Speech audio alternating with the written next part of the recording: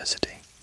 Tonight's quiet lesson is about the Amazon rainforest, its rivers, canopy, animals, plants, people, rain, and the living systems that make it one of Earth's most extraordinary places. So sit back, get comfortable, and imagine warm night air above a dark river.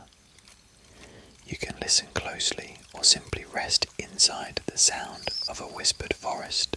Tonight, we are going to walk softly into the Amazon rainforest. The Amazon is not one single uniform forest. It is a vast region of rivers, floodplains, upland forests, wetlands, soils, seasons, and communities. It spreads across several South American countries, with the largest portion in Brazil, and it is connected by the enormous Amazon River system. When people call it the lungs of the planet, they are usually trying to express its importance, but the real science is more subtle. The rainforest cycles water, stores carbon, supports biodiversity, influences climate and shelters cultures, and knowledge that have lived with the forest for generations. One way to understand a rainforest is to look at its layers. At the top are emergent trees rising above the rest like green towers. Below them is the canopy, a dense roof of leaves where much of the forest life is found. Birds, insects, monkeys, orchids, bromeliads, and countless small organisms live in this high world of branches and light. Beneath the canopy is the understory, dimmer and more humid. Young trees wait for openings in the light. Leaves may be broad, designed to catch what sunlight filters down. Near the ground is the forest floor, where fallen leaves, fungi, insects, roots, and microbes help recycle nutrients. Rainforest soils can be surprisingly nutrient poor. Much of the nutrition is held in living things and in the rapid recycling of organic matter. A leaf falls, fungi and insects break it down. Nutrients are taken up again by roots. The system moves quickly. This means that when forest is cleared, the fertility people imagine may not last long. The richness of the rainforest is not simply in the dirt. It is in the living web, leaves, roots, microbes, animals, water, and shade, all working together. The forest is not a pile of resources. It is a relationship. Water is one of the Amazon's great forces. The Amazon River carries more water than any other river on Earth. Its tributaries branch like veins through the continent. Seasonal flooding can transform forests into watery worlds, where fish swim between tree trunks and animals adapt to changing levels. Trees also help move water through the atmosphere. Through transpiration, plants release water vapor from their leaves. This moisture can contribute to rainfall patterns, sometimes described as flying rivers. The forest helps make its own rain, and that rain helps keep the forest alive. The Amazon is famous for biodiversity. There are jaguars, tapirs, sloths, macaws, toucans, poison dart frogs, leafcutter ants, river dolphins, caimans, anacondas, butterflies, bats, orchids, and millions of insects. But biodiversity is not only a list of charismatic animals, it is also pollination, decomposition, seed dispersal, camouflage, competition, symbiosis, and adaptation. A fig tree may feed many species. Ants may protect plants. Fungi may connect with roots. Birds may carry seeds. A single tree can be an entire neighborhood. Night in the Amazon changes the forest voice. Some daytime birds become quiet. Insects begin new rhythms. Frogs call from wet places. Bats move through the air, using echolocation. Nocturnal animals search, listen, hide, and feed. The darkness is not empty. It is layered with sound. Rain on leaves, water against roots, distant calls, wing beats, and the small movements of animals we may never see. For an ASMR lesson, this is a gentle image. The forest as a breathing room, too alive to be silent, but too balanced to feel hurried. People are part of the Amazon too.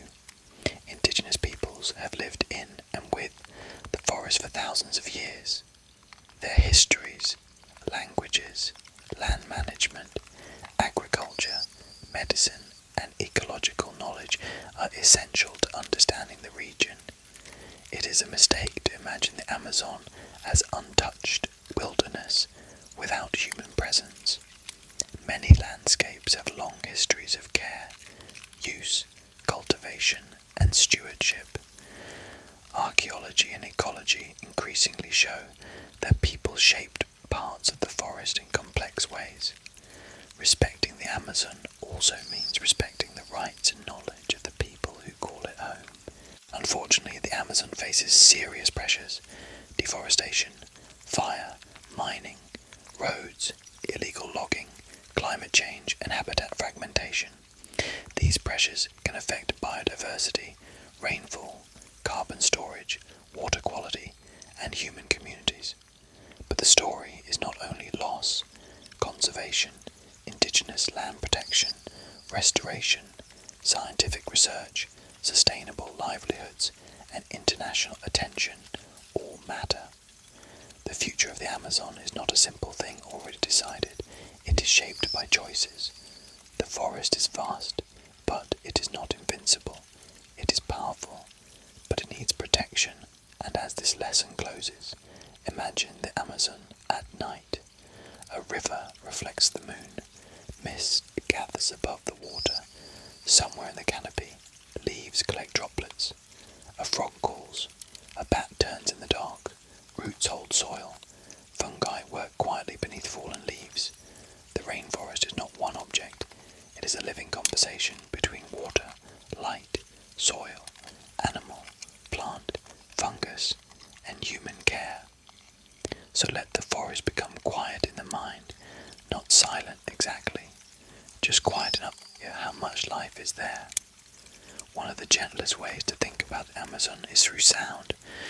In the daytime, the forest may be filled with birds, insects, monkeys, rain, and moving leaves. At night, the soundscape changes. Some animals become quiet, while others begin. Sound helps animals find mates, warn rivals, locate prey, and keep contact in dense vegetation where sight is limited. A call in the forest is not random noise. It is information moving through leaves and darkness. The Amazon River itself is also a habitat. It holds fish, dolphins, turtles, plants, insects, and microscopic life. Seasonal floods connect river and forest, allowing nutrients, animals, and seeds to move through changing water. Some fish feed on fruits that fall from flooded trees. In that way, a river animal can become part of forest seed dispersal. The boundary between land and water becomes soft. Rain is another quiet architect of the forest. A drop falls on a leaf, runs along a vein, reaches bark, soil, root, stream, river, cloud, and leaf again. Water is not simply passing through the Amazon, it is being held, lifted, released, and returned. This cycle gives the forest its atmosphere: humid air, mist, wet bark, shining leaves, and the feeling that everything is connected by moisture. There are also stories in the plants. Some trees grow buttress roots like wide wooden fins, helping support enormous trunks in shallow soils. Lianas climb toward light. Epiphytes grow on branches without rooting in the ground. Every height of the forest offers a different strategy. Some plants race upward. Some wait in shade. Some borrow support. Some attract animals with fruit, scent, or colour. So the Amazon is not only vast, it is intricate. Its greatness is not just in its size, but in the way countless small relationships sustain the whole. Tonight, if the mind needs one final image, let it be a moonlit river beneath a dark canopy. The water moves slowly, the forest breathes around it, and somewhere in that living darkness, an unseen animal begins its quiet work. The canopy is sometimes described as a world above the world. From the forest floor it can feel distant, almost like a green ceiling, but high in the branches, life is abundant. Flowers open, insects feed, birds nest, monkeys travel along roots of bark and leaves. Some scientists study the canopy with towers, cranes, drones, or climbing equipment. Each method reveals a different angle on a place that is easy to overlook from below. The Amazon also holds many relationships between animals and fruit. When animals eat fruit and move through the forest, they may disperse seeds. A bird, monkey, fish, or bat can become part of a tree's future. Seed dispersal is a quiet kind of movement. It does not look dramatic, but it helps forests renew themselves. The next tree may begin because an animal carried a meal away from the parent plant. Fire is another important topic. Tropical rainforest did not evolve with frequent large fires in the same way some other ecosystems did. When forest is degraded or dried, fire can become more damaging. And this is one reason fragmentation matters. Edges become hotter and drier. Roads and clearings open the forest. What happens at the edge can affect what remains inside. The Amazon's future is connected to climate. Warmer temperatures, shifting rainfall, drought, and deforestation can interact. Scientists study whether parts of the forest could approach tipping points, where large changes become harder to reverse. That sounds heavy, but it is important to speak about it calmly. Concern is not the same as despair. Knowledge can guide protection, restoration, and better choices. For tonight, let the scientific concern rest beside wonder. The Amazon is a place of carbon and rainfall, but also of leaf texture, frog calls, river fog, and the slow opening of flowers. To care for a place, it helps to know it not only as a statistic, but as a living world. So we end with the river again. It moves through darkness without hurry. Above it, the forest rises in layers. Below it, fish turn in the current. Around it, people, animals, plants, clouds, and soil share one long story. The Amazon is not silent tonight. It is simply speaking in a language of rain, roots, wings, and water. Before we leave the forest, it is worth lingering with the idea of scale. The Amazon can be described with enormous numbers, river volume, species counts, square kilometers, tons of carbon and rainfall patterns, but the forest is also made of tiny moments, a seed caught in mud, a beetle under bark, a flower opening for one night, a fish waiting beneath flooded branches. Ecology is the study of those connections. It asks how energy moves, how nutrients return, how species depend on one another, and how a change in one place may echo somewhere else. In the Amazon, those echoes can be subtle. A missing pollinator, a broken corridor of trees, a hotter forest edge, or a quieter river can all become part of a larger change. There is also resilience in the forest. Plants regrow. Animals return when habitat is protected. Rivers keep carrying life. People restore damaged places, defend territories, study species, and pass knowledge forward. The Amazon is vulnerable, but it is not only a story of fragility, it is also a story of persistence, so the lesson becomes both scientific and moral.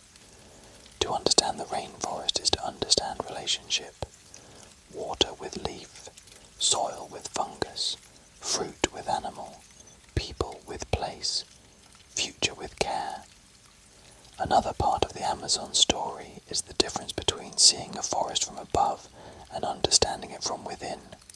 From above, the canopy can look like a continuous continuous green surface. From within, it becomes depth, trunks, vines, sounds, scents, shadows, insects, seedlings, and paths of water.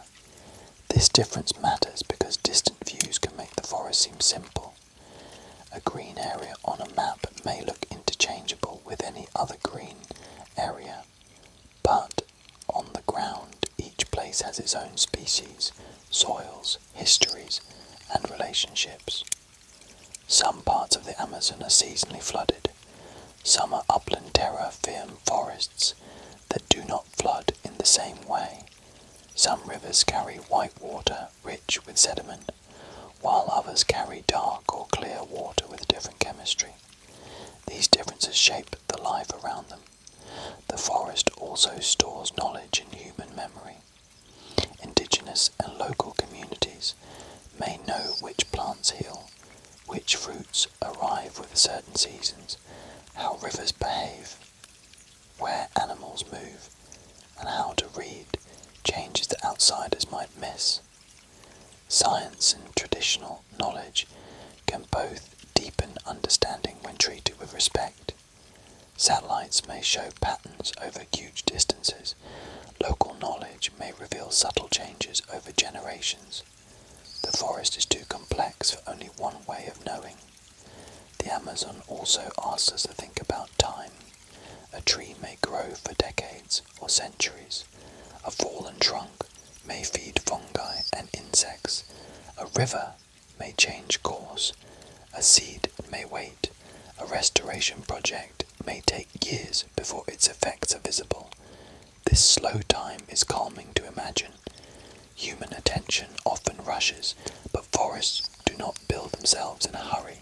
So, tonight, let the rainforest teach scale and patience at the same time. Vast rivers, tiny spores, towering trees, hidden roots, planetary climate, one drop of rain. The Amazon is immense, but it is also intimate. If you are drifting now, you do not need to hold every fact. Let the lesson become atmosphere, warm air, dark water, leaf shadows, distant calls, and the quiet understanding that life is held together by relationships we are still learning to see. I want to thank you for listening to Whisper University. If you made it all the way to the end, I'm very glad you are here. I hope tonight's quiet lesson helped you relax, learn something new, or simply drift for a little while in a calmer direction. If you enjoyed this whispered lecture, you can support Whisper University by liking the video, subscribing to the channel, or leaving a gentle comment with a topic you would like to hear next. It helps this little university grow and helps us keep making the world a little more relaxed and a little more curious through ASMR. Until the next quiet lesson, take care, breathe slowly and rest well.